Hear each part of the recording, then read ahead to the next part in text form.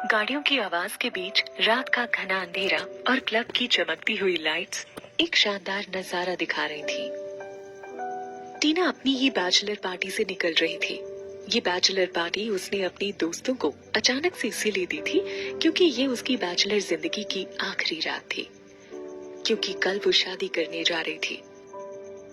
टीना खूबसूरती की मलिका और अपनी जीरो फिगर से लड़कियों को कॉम्प्लेक्स देने वाली एक नायाब परी सी दिख रही थी। भगवान ने भी शायद उसे पूरी फुर्सत में बनाया होगा।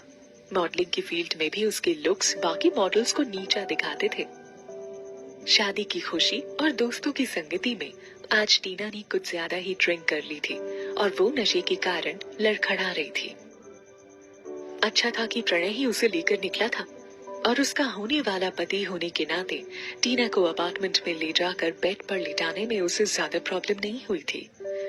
जल्द ही टीना नींद के आगोश में डूब गई थी। टीना ने अपनी पलकें खोलने की कोशिश की।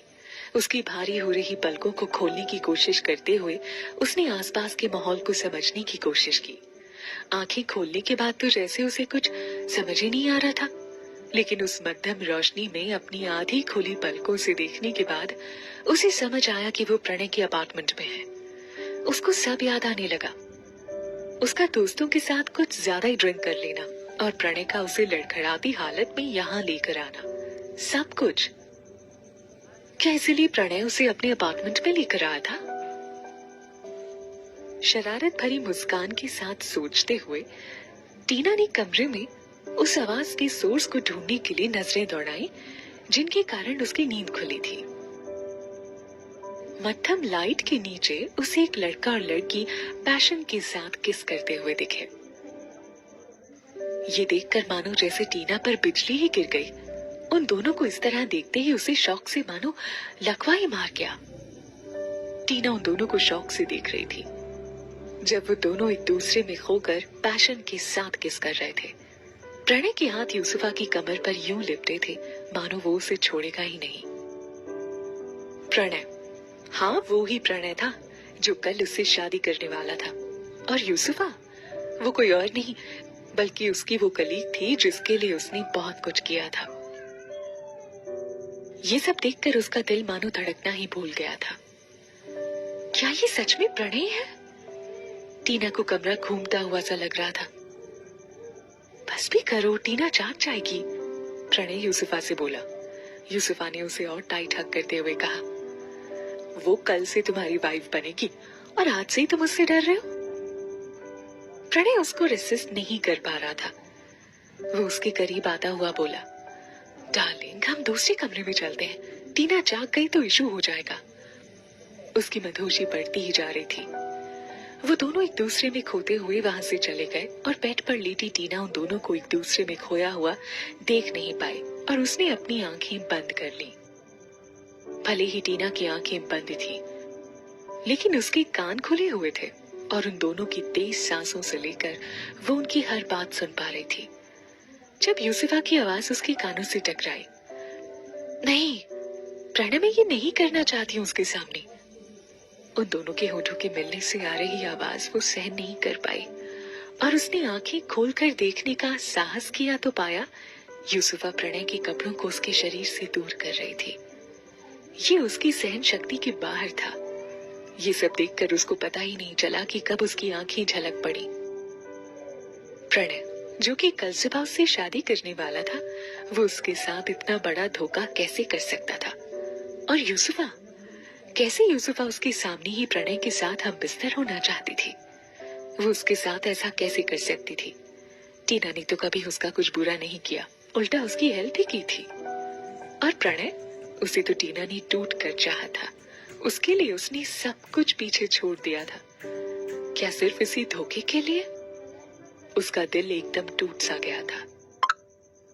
यहाँ नहीं, प्रणय यूसुफा से रिक्वेस्ट करता हुआ बोला, कम से कम बाथरूम में चलते हैं, वैसे भी बाथटब तुम्हारी फेवरेट प्लेस है ना? यूसुफा के शरीर को अपने हाथों से खींचता हुआ प्रणय उसे खींचने लगा। ठीक है, तुम बाथटब भरो, मैं बस अभी आई। यूसुफा ने प्रणय को शरारती नजरों से देखते हुए धक्का देकर कहा। प्रणय के जाते ही वो बेड के पास आई जहाँ टीना ने उसे अपनी तरफ आते हुए देख अभी अभी आंखें बंद की थी। वो बेड पर आई और टीना के पास झुक कर फुसफुसाई, क्या कल प्रणय के साथ शादी के सपने में खोए हो? भूल जाओ कि प्रणय कभी तुम्हारा होगा। प्रणय हमेशा से मेरा था और मेरा ही रहेगा। अरे हाँ, क्या तुम्हें खुशखबरी पता है? मैं प्रेग्नेंट हूँ और तुम्हें तो आइडिया लग ही गया होगा इस बच्चे का बाप कौन है? और कौन? अपना प्रणय। उप्स, यानी मेरा प्रणय। क्या तुम्हें अब भी लगता है कि प्रणय तुम्हारा हो पाएगा? यूसुफ अपने अंदर की गुस्से को दबाने के लिए दांत पीस रही थी, लेकिन उसकी बातों में जहरीली हंसी मिली हुई सी लग रही थी, जैसे वो टीना को अपनी बातों से ही मार डालना चाहती हो। यूसुफा के बाथरूम की तरफ जाने की कुछ देर बाद ही बाथरूम से आने वाली तेज आवाजों से टीना का दिल डूब ही गया। उसकी जगह कोई भी लड़की होती तो ये सब देखकर वो भी इतनी दुखी हो गई होती। वो लड़का जो उससे अगले कुछ ही घंटों में शादी करने वाला हो, वो इतना बुरा कैसे हो सकता था?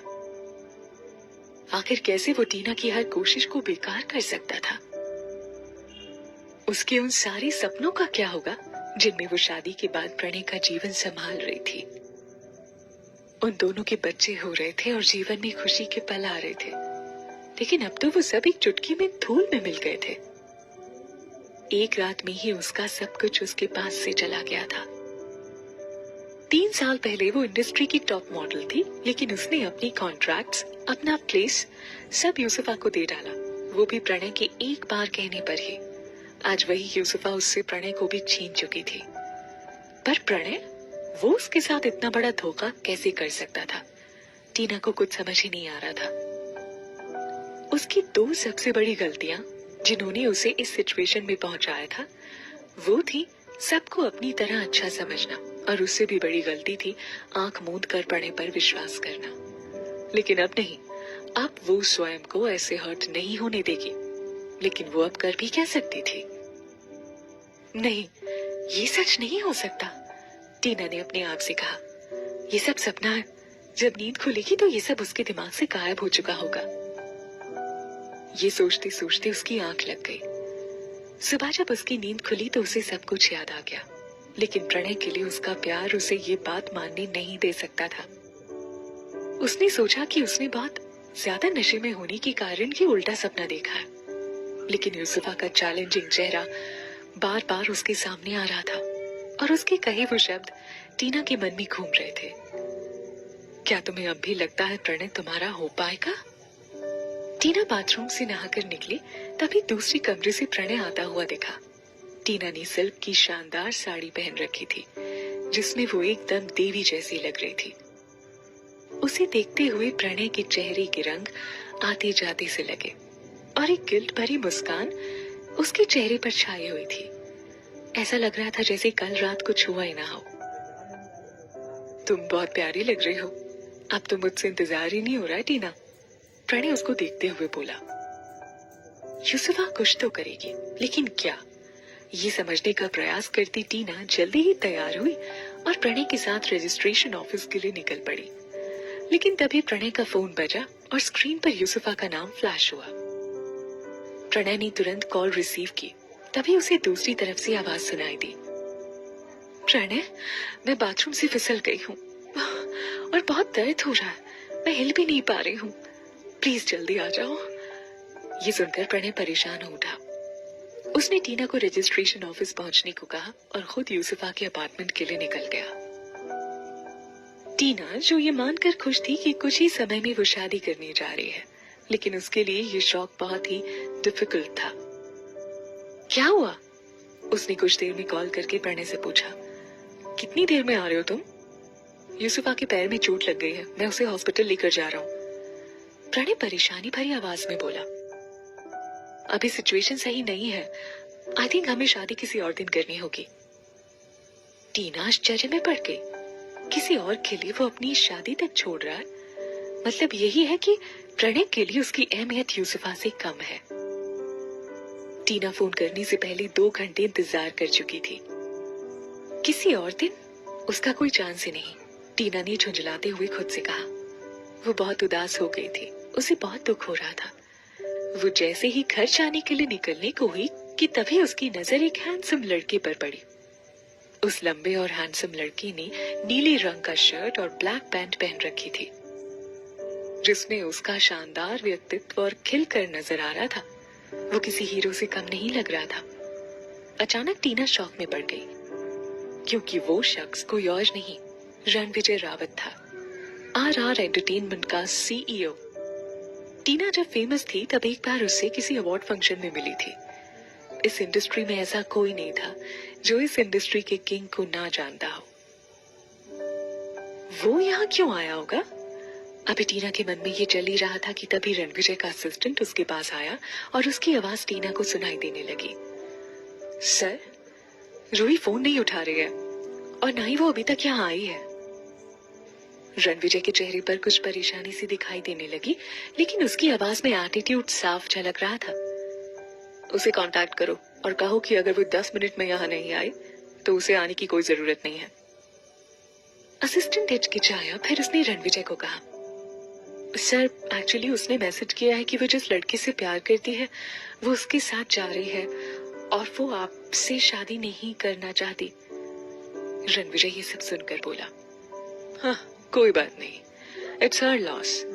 रणविजय गुर्राया, तुम्हारे पास आधा घंटा है, कोई भी लड़की ढूंढ कर लाओ, शादी तो मैं आज ही करूंगा। असिस्टेंट ये सुनकर चक्कर में आ गया। आधे घंटे में लड़की को ढूंढना और उसे रणविजय से शादी करने के लिए तैयार करना बहुत मुश्किल काम था, लेकिन उनके पास और कोई ऑप्शन भी तो नहीं है। अपने चक्कर खाते मन में ये सोचते हुए वो जल्दी से फोन पर किसी का नंबर मिलाने लगा। रणविजय भले ही एंटरटेनमेंट इंडस्ट्री का किंग था, उसके आगे बड़े बड़े मॉडल्स, एक्टर्स, प्रभावशाली लोग सब झुके हुए से नजर आते थे, लेकिन इस सिचुएशन में वो भी थोड़ा परेशान दिख रहा था। उसके परिवार का उस पर लगातार दबाव बना हुआ था कि वो शादी कर ले। यहाँ तक कि एक अमीर परिवार की लड़की से शादी के लिए वो उससे बहुत फोर्स कर रहे थे। रणविजय को जितना अपने काम से प्यार था, उसका 1% भी किसी लड़की से नहीं था। वैसे भी वो अपने परिवार द्वारा पसंद की गई लड़की से शादी नहीं करना चाहता था, इसीलिए उसने अपने असिस्टेंट की हेल्प से एक लड़की से शादी करने का प्लान किया था। उसे बिल्कुल भी आइडिया नहीं था कि उसका प्लान ऐसे फेल हो जाएगा। रणविजय की पोजीशन और इंडस्ट्री में इस पोजीशन के कारण हजारों लड़कियां उसके पीछे पागल थीं और उसके एक इशारे पर पिच जाने को तैयार हो जाती, हजारों झूठ बोलने को तैयार हो जाती। अचानक वहां खड़ी टीना के मन में एक आइडिया आया और उसने आगे बढ़कर उस आइडिया को पूरा करने का निर्णय किया।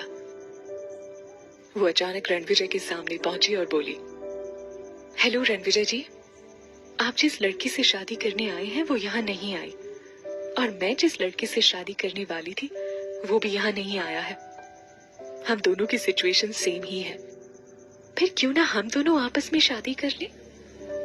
रणविजय का असिस्टेंट ये सुनकर शॉक हो गया। इस लड़की के अंदर इतनी हिम्मत कहां से आई? ऐसा सोचते हुए उसके पैर जैसे वहीं जम गए। रणविजय एक सेकंड के लिए हड़बड़ाया और फिर होश में वापस आकर बोला, तो तुम कह रही हो क्या हम शादी कर सकते हैं? उसने अपनी ग्लासेस उतार दी और टीना को ऊपर से नीचे तक देखने लगा, मानो अपनी आंखों से उसका एक्सरे कर रहा हो। 1 मिनट बाद उसने अपने असिस्टेंट को बुलाया और कहा, मुझे इस लड़की की सारी डिटेल्स चाहिए 1 मिनट के अंदर। उसका असिस्टेंट टीना को पहचानता था। उसने तुरंत ही एक गूगल सर्च किया और सारी फाइंडिंग्स रणविजय को दिखाई। सारी डिटेल्स पढ़ने के बाद रणविजय ने अपने होंठ को काटते हुए कहा, लेट्स गेट मैरिड। प्रणय ने उसके प्यार का ऐसे मजाक उड़ाया था जिससे टीना बहुत दुखी थी। बाकी लड़कियों की तरह टीना खुद को कमजोर और इमोशनल नहीं समझती थी, पर प्रणय के धोखे से वो टूट सी गई थी। हालांकि उसके धोखे ने उसे एक ऐसी अपॉर्चुनिटी दी थी जिससे वो प्रणय से बदला ले सकती थी, वो भी एक नए तरीके से। उन दोनों का मैरिज प्रोसीजर बहुत जल्दी निपट गया। आधे घंटे में ही उसे रणविजय की पत्नी घोषित कर दिया गया।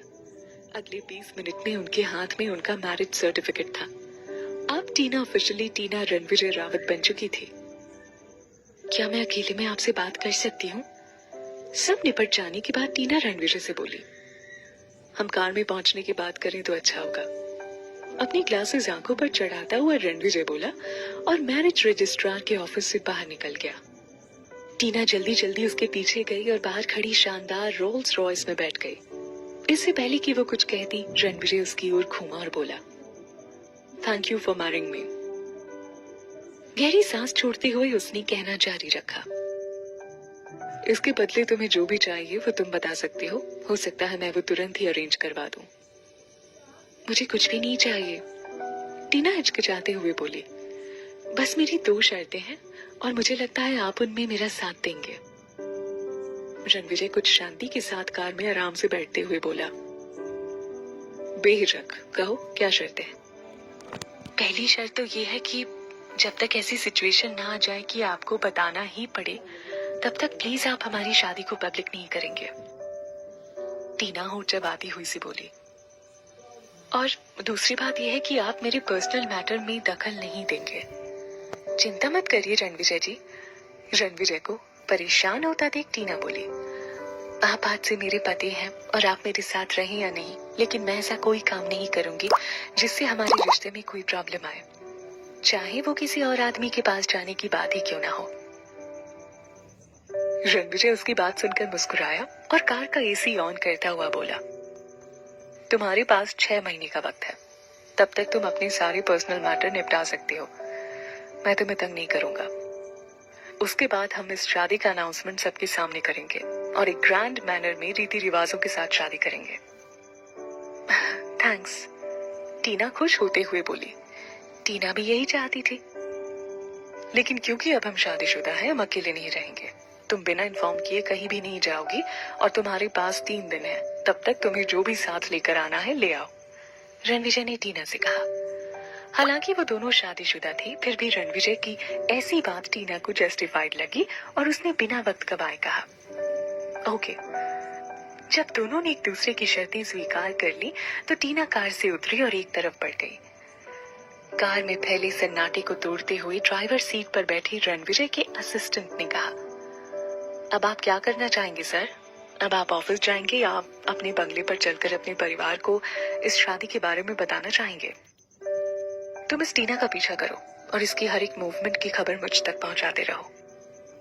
रणविजय उस दिशा में देखते हुए बोला जहां टीना गई थी। मैं देखता हूं मुझे क्या करना है। इतना बोलकर वो कार से उतर गया। वो अचानक से आई इस लड़की से शादी को तो तैयार हो गया था, लेकिन बाद में सोचने पर उसे लगा कि इस लड़की का कोई ना कोई छिपा हुआ एजेंडा जरूर होगा। अभी रणविजय को समझ नहीं आ रहा था कि वो एजेंडा क्या था। वो एंटरटेनमेंट इंडस्ट्री की सबसे बड़ी कंपनी का सीईओ था। जहां तक उसे अब याद आ रहा था, उसने टीना के बारे में 3 साल पहले बहुत कुछ सुन रखा था। 3 साल पहले वो एक सेलिब्रिटी मॉडल थी जिसने सभी को पीछे छोड़ रखा था, लेकिन अचानक ही उसने कई बड़ी एंटरटेनमेंट कंपनियों के ऑफर ठुकराने शुरू किए, जिसके कारण उसे ब्लैकलिस्ट भी कर दिया गया। बाद में खबर आई कि उसने प्रणय की छोटी सी कंपनी का कॉन्ट्रैक्ट साइन किया है। इस खबर से पूरी इंडस्ट्री हैरान हुई थी कि उसने इतनी बड़ी कंपनियों को छोड़कर इस छोटी सी कंपनी को क्यों ज्वाइन किया।